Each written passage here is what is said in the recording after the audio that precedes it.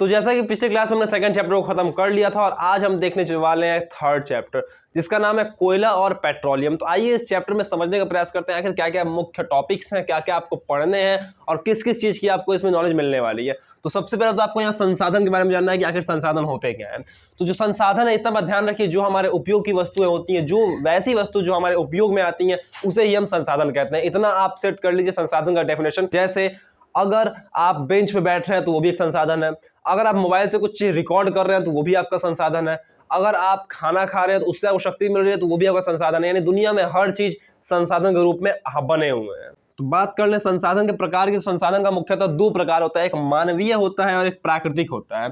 मगर बुक में मानवीय के बारे में नहीं दिया हुआ है, बुक में जो है प्राकृतिक के बारे में दिया हुआ है। लेकिन फिर भी बताने के लिए मैं बता दूं कि मानव द्वारा क्रिएट जो संसाधन किए जाते हैं उसको मानवीय संसाधन कहते हैं। जैसे एग्जांपल में आप ले सकते हो tractor, bench, table, chair, Scorpio, Thar, Fortuner, Lamborghini, ये सब चीजें जो होती हैं मानवीय में आएंगी। और प्राकृतिक जो होते हैं उसके जो होते हैं वो दो प्रकार होते हैं, एक अक्षय यानी जिनकी कोई समाप्ति नहीं है, यानी ये समाप्त नहीं हो सकते। अक्षय संसाधन वैसे होते हैं जो कभी समाप्त नहीं हो सकते हैं, उनका कभी क्षय मतलब समाप्ति होती है, यानी उनका कभी क्षय नहीं हो सकता। वो जो है जिंदगी वो जो है निरंतर हमारी आवश्यकताओं को पूर्ति करते रहते हैं, उनके जो है उनकी कमी नहीं होती है। जैसे कि आप सूरज को ले लीजिए, सूर्य हो, वायु हो, जल हो, ये सब क्या है, तो ये सब अक्षय प्राकृतिक संसाधन है।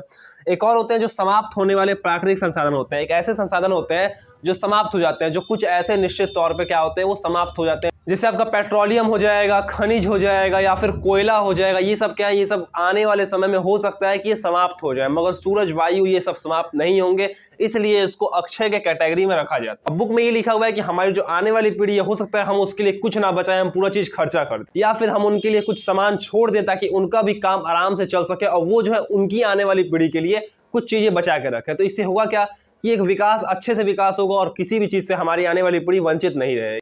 और जो हमारे बुक का जो पहला टॉपिक शुरू होता है वो आपको जो हमारे बुक का पहला टॉपिक था वो तो संसाधन वाला था, लेकिन वो मेन टॉपिक में उसको नहीं रखा गया। मेन टॉपिक जो पहला टॉपिक है वो हमारा कोयला है, जिसको इंग्लिश में कोल कहा जाता है। और ये क्या होता था, इसका उपयोग अभी कुछ हद तक हम देखें तो इस्त्री करने में यानी आयरन करने में इसका उपयोग किया जाता है, और कुछ हद तक हम देखें तो खाना बनाने में भी इसका उपयोग किया जाता है। लेकिन पहले इसका उपयोग रेल इंजन चलाने के लिए किया जाता था। रेल के इंजन को चलाने के लिए पहले कोयले का ही उपयोग किया जाता था, लेकिन समय के साथ काफी कुछ बदला और आज हम देखते हैं कि बिजली से ही रेल इंजन चलने लगी है। तो इस तरह हम देख सकते हैं कहीं ना कहीं हमने कोयला का बचत किया है और उसका यूजेस को हमने सीमित कर दिया ताकि ये जल्दी से खत्म ना हो पाए। और जो कोयला होता है वो एक पत्थर के जैसा होता है और एक कठोर होता है, यानी काफी ज्यादा हार्ड होता है और काले रंग का होता है। ये काले रंग का कठोर पत्थर की भांति एक बना हुआ संरचना है जिसको हम कोयला कहते हैं। सीधा आप समझ सकते हो, यानी कोयला एक ऐसा पत्थर होता है जो कि काफी कठोर होता है, फिर काले रंग का भी होता है। और जैसे कि हर इंसान, हर वस्तु, हर चीज के पीछे एक कहानी होती है, उसी तरह से कोयले की भी एक मजेदार कहानी है। आइए इस कहानी को समझने का प्रयास करते हैं और ये हमारा दूसरा मेन टॉपिक है। 300 मिलियन वर्ष पहले जो है काफी ज्यादा पूरे पृथ्वी पे क्या थे, पूरे जंगल थे, पूरे घने वन थे। हुआ क्या कि अचानक से बाढ़ आ गई तो हुआ क्या, तो कई सारे मिट्टी मृदा भी आ गए।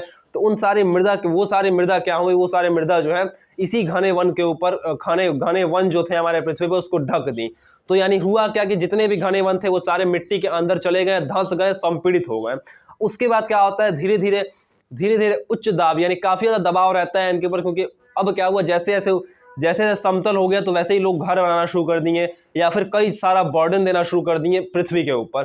तो वो क्या हुआ, जो जंगल पहले था वो जंगल पूरी तरह से नीचे चला गया और काफी ज्यादा उसको तापमान मिला और काफी ज्यादा दबाव मिला, जिस कारण से वो क्या हुआ, एट द एंड हम देखते हैं कि वो कोयले में परिवर्तित हो गया। यही थी इस छोटे मोटे कोयले की कहानी जो आजकल हमारे लिए काफी उपयोगी भी है।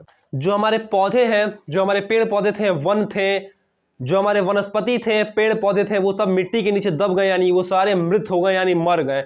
तो वैसे ही मृत वनस्पति के कोयले में परिवर्तन होने की जो प्रक्रिया होती है उसी को हम कार्बनीकरण कहते हैं। याद रखने वाली बात है, मृत वनस्पति द्वारा कोयले में परिवर्तन की प्रक्रिया को ही हम क्या कहेंगे, तो कार्बनीकरण कहेंगे। आई होप आपको इतना समझ में आया। अब देखते हैं आगे की टॉपिक क्या दी गई है बुक में।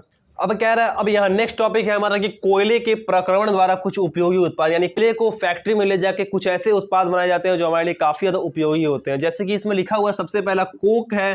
कोलतार है और एक कोयला गैस है। अब तीनों के बारे में विशेष जानकारी प्राप्त करते हैं जो बुक में दिया हुआ है ताकि हमको समझ में आ जाए। तो देखिए सबसे पहला टॉपिक है हमारा यहाँ पे कोक। तो कोक क्या होता है? एक बहुत कठोर और काला पदार्थ होता है और इसका क्या किया था, इसका मुख्यतः जो उपयोग होता है, इसका जो मेनली जो यूज होते हैं वो किसमें, तो स्टील यानी इस्पात को बनाने में इसका यूज किया जाता है। और भी इसमें कुछ उपयोग है, इसके उपयोग जो होते हैं आपको औद्योगिक निर्माण यानी उद्योग के निर्माण में भी किया जाता है। यानी कुछ उद्योग होते हैं तो उनके निर्माण के लिए भी, उनके मशीन के कुछ निर्माण के लिए या फिर कुछ ऐसे निर्माण के लिए भी इनका उपयोग किया जाता है। यानी मेनली जो कोक होते हैं वो कठोर काला पदार्थ होते हैं, इनका मुख्यतः उपयोग इस्पात बनाने में किया जाता है। आपको इतना समझने की आवश्यकता है। अभी नेक्स्ट टॉपिक है हमारा कोलतार। कोलतार क्या होता है? तो कोलतार एक गाढ़ा द्रव होता है, यानी एक लिक्विड होता है, लेकिन वो काफी गाढ़ा होता है। इसका मेनली उपयोग आपने कई बार देखा होगा, रोड बनती है तो एक काला काला एक बहुत गंदा गंध वाला जो एक बहुत गंदा गंध वाला लिक्विड होता है वो रोड पे छीटा जाता है, रोड पे उसको, ताकि रोड पक्का हो जाए। तो वही जो क्या होता है वही आपको कोलतार होता है। कोलतार का जो मेन उपयोग होता है बुक में लिखा हुआ है कि आपको फोटोग्राफिक की कुछ सामग्री बनाने के लिए या फिर छत निर्माण के लिए कुछ सामग्री बनाने के लिए उपयोग किया जाता है। और इसमें एक मेन इंटरेस्टिंग बात दी हुई है कि जैसे कि हमने कई बार देखा होगा फिनाइल की नेफ्थालिन की गोली आती है, तो नेफ्थालिन की गोली डालने से क्या होता है कि कोई भी हमारे कितने भी जो कपड़े होते हैं वो खराब नहीं होते हैं, या फिर जिस भी चीज में हम डालें तो वो चीज जो होता है खराब नहीं होता है, उसमें कीड़े नहीं लगते। जो उससे बचाने के लिए जो बनाया आता है नेफ्थालिन बॉल्स को, वो जो बॉल्स होते हैं वो भी कोलतार से ही मिलके बने होते हैं। ये भी बहुत रोचक बात है, बुक में लिखा हुआ है। और फिर इसमें लिखा हुआ है कि आजकल क्या हो गया, आजकल जैसे जैसे हम देखते हैं कोयले की क्या हो, कोयले की काफी ज्यादा कमी हो गई है। तो जाहिर सी बात है जब कोयले की कमी हो जाएगी तो हम कह सकते हैं कि हमें क्या चाहिए, तो हमें कुछ ऐसा सामान चाहिए जो कोयले के इक्विवेलेंट ही काम करे। तो आजकल जो पक्की सड़कें बनाई जाती हैं, आपको पेट्रोलियम का एक उत्पाद आता है तो जिसको बिटुमेन कहते हैं, उसका उपयोग जो हम करते हैं वो आपको रोड बनाने के लिए किया जाता है।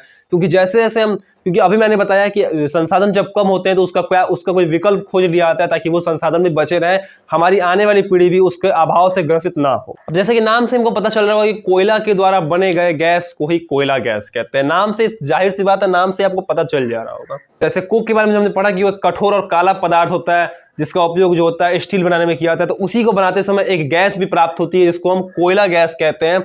और इस गैस का जो उपयोग होता है मेनली ज्यादा जगह तो नहीं होता, लेकिन फिर भी जो उद्योग होते हैं तो उद्योग में जो होता है ईंधन के रूप में इसका उपयोग किया जाता है। यानी कोयले की बात तो पूरी खत्म हो गई, कोयले की कहानी भी हमने पढ़ ली। कोयले के द्वारा क्या क्या चीज मिलता है, जैसे कोक है, कोलतार है, कोयला गैस है, 3 चीज प्राप्त होता है उसको, यानी उसको फैक्ट्री में ले जाकर 3 चीजें हम प्राप्त कर सकते हैं कोयला को।